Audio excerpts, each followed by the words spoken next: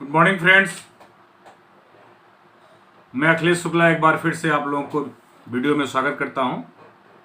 आज जो वीडियो बनाने जा रहा हूं ये बहुत ही यूनिक वीडियो है, क्योंकि हमेशा हम लोगों ने ABCD का यूज जो है वो पढ़ाई करते समय A for Apple, B for ball, C for cats में किया हुआ है। आज मैंने ABCD का यूज सेल्स एंड मार्केटिंग में कैसे करना चाहिए, उसका क्या एडवांटेज है, उसमें हमने यूज किया है। और इसी को मैंने यूज किया है कि एक डॉक्टर को, एक कंसल्टेंट डॉक्टर को हम कैसे कन्वर्ट करें, क्योंकि मैं ये जो वीडियो बना रहा हूँ फार्मा इंडस्ट्री के लिए है, तो इसलिए हमने एक डॉक्टर को कन्वर्जन में रखा है। तो फ्रेंड, किसी भी डॉक्टर को अगर आप कन्वर्ट करना चाहते हैं तो ये सबसे ध्यान में रखना चाहिए कि डॉक्टर का प्रोफाइल क्या है। तो आज जो हम डॉक्टर के सेलेक्ट किए हैं वो कंसल्टेंट डॉक्टर है। फ्रेंड, आप जानते हैं अगर एक कंसल्टेंट डॉक्टर है, उस हेडक्वार्टर में अगर 400-500 भी कंपनियां रन कर रही हैं, तो सारी कंपनियों की प्रायोरिटी होती है कि उन डॉक्टर से मिलना जो कंसल्टेंट डॉक्टर होते हैं, उनसे प्रिस्क्रिप्शन लेना। तो ये आसान नहीं है कि एक डॉक्टर 400 कंपनी की दवा लिखे। तो फ्रेंड, उसके लिए हमको अपना स्थान उस डॉक्टर के प्रिस्क्रिप्शन बास्केट में बनाना पड़ता है। उसके लिए हमको डॉक्टर को के पास रेगुलर रहना पड़ता है, तब डॉक्टर को हमारा प्रोडक्ट याद आता है, तब प्रोडक्ट हमारा स्टार्ट करते हैं। तो फ्रेंड, इसी पर जो आज मैं वीडियो बनाया हुआ हूँ कि how we convert a consultant, एक कंसल्टेंट डॉक्टर को हम कैसे कन्वर्ट करते हैं, उसके कन्वर्जन में ये ABCD का क्या एडवांटेज है। थोड़ा मैंने एक एक्सरसाइज किया है जो कहीं किसी बुक में नहीं है, बट मेरे विचार से हमें लगा, तो मैं इस तरह का एक वीडियो बनाने का प्रयास किया हूँ, जो कि यूट्यूब जगत का मेरे ख्याल से ये बिल्कुल नया वीडियो होगा। तो फ्रेंड, अगर आप ABCD से देखें तो सबसे पहले A आता है। A आने का पर्पज ये है, not in the pharma industry, कहीं पे भी यदि कोई काम किसी का होता है तो सबसे पहले आदमी वहाँ अपीयर होता है, वहाँ पहुँचता है, वहाँ पहुँच के बात करता है। तो उन्हीं सब चीज़ों को, टैक्टिक्स को मैंने यहाँ पे फार्मा इंडस्ट्री में अप्लाई करते हुए हमने ये वीडियो बनाया है। तो पहला पॉइंट है A। एक A फॉर, अभी तक हम एप्पल जानते थे, बट यहाँ पे हमने A फॉर अपीयरेंस या अवेलेबिलिटी, दो वर्ड्स को मैंने यहाँ पे लिया है। अपीयरेंस का मतलब होता है कि एक रिप्रेजेंटेटिव को, एक मेडिकल रिप्रेजेंटेटिव को डॉक्टर चेम्बर में कब और कब अपीयर हो रहा है, मतलब उपस्थित हो रहा है, कब पहुंच रहा है। तो पहुंचना सबसे पहला काम है, एक मेडिकल रिप्रेजेंटेटिव को डॉक्टर के चेंबर में अपीयर होना, वहां पे उपस्थित होना। दूसरा हमने वर्ड लिया है अवेलेबिलिटी। दोनों काम पैरेलल होते हैं। अगर आप किसी डॉक्टर से मिलना स्टार्ट कर रहे हैं, कुछ कंसल्टेंट ऐसे होते हैं जो आपकी बातों को सुनते रहते हैं, कब कन्विंस हो जाएंगे ये हमें आपको पता भी नहीं चलेगा, वो धीरे से प्रिस्क्रिप्शन लिख देते हैं। ऐसे डॉक्टर के लिए हमको हमेशा अपना product medical store, near by medical store पे अवेलेबल करा के रखना चाहिए। कब पर्चा आ जाए, अगर उनका एक पहला प्रिस्क्रिप्शन आया और वो ऑनर नहीं हुआ तो वो जीवन में फिर से लिखने वाले नहीं है। तो जैसे आप हर विजिट में डॉक्टर से मिल रहे हो, उसी तरह से जहाँ पे आपने अपने प्रोडक्ट को अवेलेबल कराया है उनसे भी मिल करके एक जानकारी लेते रहिए कि डॉक्टर साहब ने स्टार्ट किया कि नहीं स्टार्ट किया। दूसरे तरह के जो कंसल्टेंट होते हैं, जब वो कन्विंस होते हैं, कन्विंस होने के बाद वो सामने से बोलते हैं कि मेक इट अवेलेबल, इस प्रोडक्ट को अवेलेबल कराइए, तब जा करके आप अवेलेबल कराएंगे और आप प्रिस्क्रिप्शन के लिए डिमांड करेंगे। तो फ्रेंड, यहाँ पे पहला पॉइंट हमने डिस्कस किया है ए फॉर अपीयरेंस, अपीयर होना डॉक्टर की चेम्बर में। अब अपीयर कैसे हो, किस अपीयर में डॉक्टर को ज़्यादा से ज़्यादा इफेक्टिव कॉल हो सकती है।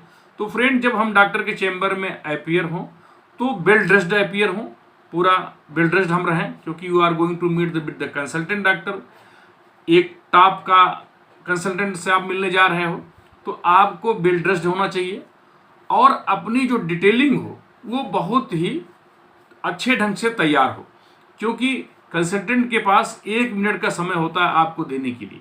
अगर उस कंडीशन में आपने अपनी बात को डॉक्टर को नहीं बता पाए तो फिर उसके बाद वो बेल बजा देगा और आपको बाहर कर देगा। तो ऐसे कंडीशन में आप वेल ड्रेस्ड होके जाइए और अपनी डिटेलिंग को पूर्णतः तैयार करके जाइए। और एक जो रिस्पेक्टिव टाइम होता है, अगर उसने 10 दिन का समय दिया डॉक्टर ने तो 10 दिन में, 15 दिन का समय दिया तो 15 दिन में, आप 10 से 15 दिन के इंटरवल पे आप डॉक्टर से हमेशा मिले। ऐसा नहीं आज मिले और परसों मिले, he will not allow to you. तो एटलीस्ट आप 10 to 15 डेज का आप गैप करके डॉक्टर से मिले। और जब ये काम आप 6 महीना, 7 महीना, 8 महीना, इवन 1 साल, कभी कभी ये काम करते करते 2 साल लग जाता है, तो डॉक्टर को एक बिलीव होता है। दूसरा पॉइंट है बी फॉर बिलीव। डॉक्टर को ये विश्वास होता है, बिलीव होता है कि now this fellow will come on the regular basis. ये लड़का आ रहा है, इस कंपनी हमारे पास प्रेजेंस इसका है, तो इसका प्रोडक्ट अब हमको लिखना चाहिए।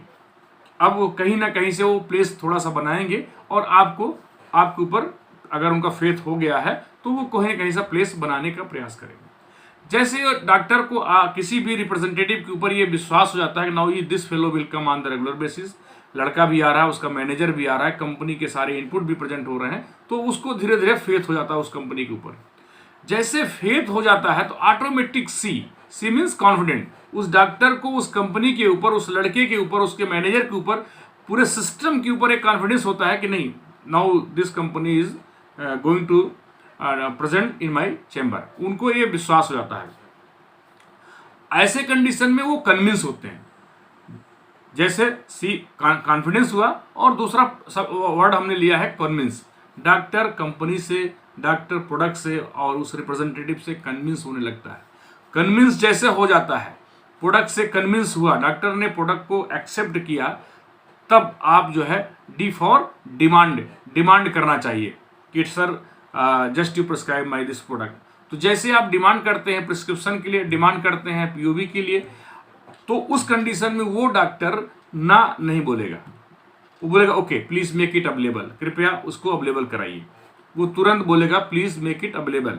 तो जैसे वो डॉक्टर साहब अवेलेबिलिटी की बात करेंगे, आप तुरंत प्रोडक्ट को अवेलेबल करवाएं, या जहां अवेलेबल कराए हैं वहां पे एक बार क्रॉस चेक करके फिर से डॉक्टर को अपडेट करें, sir now product is available on this counter. आप जैसे बताते हैं तो उसके बाद डॉक्टर का प्रिस्क्रिप्शन धीरे धीरे स्टार्ट होता है, तुरंत बहुत फ्लो में नहीं आएगा। जैसे डॉक्टर का प्रिस्क्रिप्शन स्टार्ट होता है, उस कंडीशन में आपको और थोड़ा सा इफेक्टिव होना पड़ता है। और इफेक्टिव होना पड़ता है कि डॉक्टर को रिमाइंडर डेली बेसिस पे, अगर आप चैम्बर्स के बाहर अटेंडेंट के माध्यम से भेजते हैं अंदर, तो डॉक्टर को ये रिकॉल होगा, हाँ नहीं इस प्रोडक्ट में नया प्रोडक्ट ऐड करना चाह रहा हूँ, तो वो जो है और आपको इफेक्टिव होना पड़ेगा। और सारी स्ट्रेटजी जो आप एग्जीक्यूट कर रहे हैं वो सबका एग्जीक्यूशन और अच्छे ढंग से आपको करना पड़ेगा। बॉस अगर आते हैं तो बॉस को भी मिलाना पड़ेगा, सारा का सारा आपको ज़्यादा अलर्ट रहना पड़ेगा, क्योंकि जब प्रिस्क्रिप्शन स्टार्ट होता है तो कंपटीटर का भी ध्यान थोड़ा बढ़ जाता है। तो आपको थोड़ा सा डॉक्टर के चैम्बर में और केमिस्ट लेवल पे कहीं ऐसा तो नहीं आपका प्रोडक्ट स्टार्ट हुआ कि कोई और कंपनी का सब्स्टिट्यूट हो जा रहा है, ढेर सारी चीज़ें होती हैं, उस पर आपको ध्यान देना पड़ेगा और इफेक्टिव आपको होना पड़ेगा। अगला पॉइंट आता है F. Friend, feedback is very important in our life. अगर कोई भी फीडबैक आप कंपनी के लिए दे रहे हैं, कंपनी का फीडबैक आप ले रहे हैं, तो उससे जो आपका वर्क है वो बहुत ही प्रॉपर ढंग से होता है। तो आपको प्रॉपर वर्क करने के लिए फीडबैक देना पड़ेगा और बॉस से फीडबैक लेना पड़ेगा कि नहीं ये कैसे करना है। और जब आप किसी भी चीज़ का फीडबैक अपने बॉस को, अपने सीनियर को देते हैं, तो बॉसेस के पास जो होते हैं वो एक रिच एक्सपीरियंस होता है। वो अपने एक्सपीरियंस के हिसाब से आपको एक गाइडलाइन प्रोवाइड करेंगे कि नहीं, एक वैसे तो ये स्ट्रेटजी गाइडलाइन सबके लिए बनी होती है, बट एक स्पेशल डॉक्टर के लिए कुछ स्पेशल गाइडलाइन बना के बताएंगे आप इन डॉक्टर साहब को, उनके नेचर के हिसाब से, उनके हैबिट के हिसाब से, कि आप इन डॉक्टर से ऐसे मिलो, इस डॉक्टर से ऐसे मिलो, और कंपनी की जो स्ट्रेटजी है उसको इस तरह से फॉलो करो। जब आपका सीनियर आपको गाइड करे और आप उस गाइड को, उस स्ट्रेटजी को एक ऑनेस्टी से, ईमानदारी से 100% एग्जीक्यूट करने का प्रयास करते हैं, तो वो डॉक्टर का प्रिस्क्रिप्शन फ्लो होने की चांसेस 2 गुना, 3 गुना, 4 गुना बढ़ती चली जाती है। क्योंकि डॉक्टर कन्विंस हुआ, डॉक्टर आपके डिमांड पे डॉक्टर ने स्टार्ट किया। तो जब कोई डॉक्टर प्रोडक्ट से कन्विंस होकर प्रिस्क्रिप्शन देता है तो उसको स्टॉप होने की चांसेस कम होती है, अदर एज कंपेयर टू किसी स्कीम से, किसी एक्टिविटी से करके। तो डॉक्टर ने अगर कन्विंस हुआ तो आपको बहुत ही प्रॉफिट मिलने वाला है। लेकिन उसके लिए आपको इफेक्टिवली कॉल करना पड़ेगा, उसके लिए सारे स्ट्रेटजी को एग्जीक्यूट करना पड़ेगा, उसके लिए बॉसेस की सारी गाइडलाइन को फॉलो करना पड़ेगा। आप जब ये सारा चीज करते हैं फ्रेंड, तो डॉक्टर का प्रिस्क्रिप्शन इतना बढ़ जाता है कि उस प्रोडक्ट का, जो कंपनी ने प्रोडक्ट आपको दिया है कि भाई ये प्रोडक्ट को आपको 100 डिब्बा बेचना है, तो वो 100 डिब्बा कब वो एक ही डॉक्टर, 2 डॉक्टर मिलकर के आपको पूरा कर दिए, आपको ये पता नहीं चलेगा। और जब प्रोडक्ट वाइज टारगेट होता है तो ऑटोमेटिक वैल्यू वाइज टारगेट पूरा होने में हेल्पफुल होता है फ्रेंड। तो धीरे धीरे आपका प्रोडक्ट वाइज भी टारगेट पूरा होगा, धीरे धीरे आपका वैल्यू वाइज टारगेट भी पूरा होगा, जिसके कारण से आपका इनकम बढ़ेगी। अब आप सोचेंगे मेरी इनकम कैसे बढ़ेगी? सैलरी और एक्सपेंस के अलावा जब प्रोडक्ट वाइज टारगेट होता है तो उसको प्रोडक्ट वाइज इंसेंटिव मिलता है, जब वैल्यू वाइज टारगेट होता है तो उसको वैल्यू वाइज इंसेंटिव मिलता है फ्रेंड। तो यहाँ पे आपका इनकम भी बढ़ती चली जाती है। मैं जो रिसर्च किया, मैं जो सोचा, मैं जो समझा, जो मैंने पॉइंट को नोट किया ए से आई तक, क्योंकि इन मानव नेचर होता है कि जब इनकम हो जाती है तो आदमी आगे सोचने के बाद नहीं करता है। तो आज के वीडियो में मैं ए से लेके आई तक ही वर्ड का यूज किया हुआ हूँ, और मैं समझूंगा कि ये जो मैंने आज वीडियो बनाया है वो बहुत ही आप लोगों के लिए यूज़फुल होगा। और एक स्टेप से हमने इसलिए डिस्क्राइब किया है कि आप कभी भी ये बिल्कुल हरी ना हो कि मैं 2 महीना से मिलते हो गया, ये डॉक्टर मेरा नहीं लिखा। नहीं, एक कंसल्टेंट बहुत ही बिजी उनका शेड्यूल होता है, वो 1 महीना 2 महीना में आपका प्रोडक्ट बिल्कुल नहीं लिखने वाले हैं। उनके लिए आपको टाइम देना पड़ेगा, उनके लिए आपको टाइम निकालना ही पड़ेगा, क्योंकि हर कंपनियां यही चाहती हैं कि डॉक्टर साहब मेरा प्रोडक्ट इसको लिखे। तो फ्रेंड, और वेट करें, डॉक्टर जरूर लिखते हैं, थोड़ा सा समय लगता है। इन्हीं बातों के साथ मैं अपना वीडियो समाप्त करता हूं, और मैं रिक्वेस्ट करूंगा कि अगर जिन्होंने अभी तक सब्सक्राइब नहीं किया है वो जरूर सब्सक्राइब करें और अपना कमेंट देना ना भूलें। और इन्हीं के साथ मैं वीडियो समाप्त करता हूं। नमस्कार, जय हिंद, जय भारत।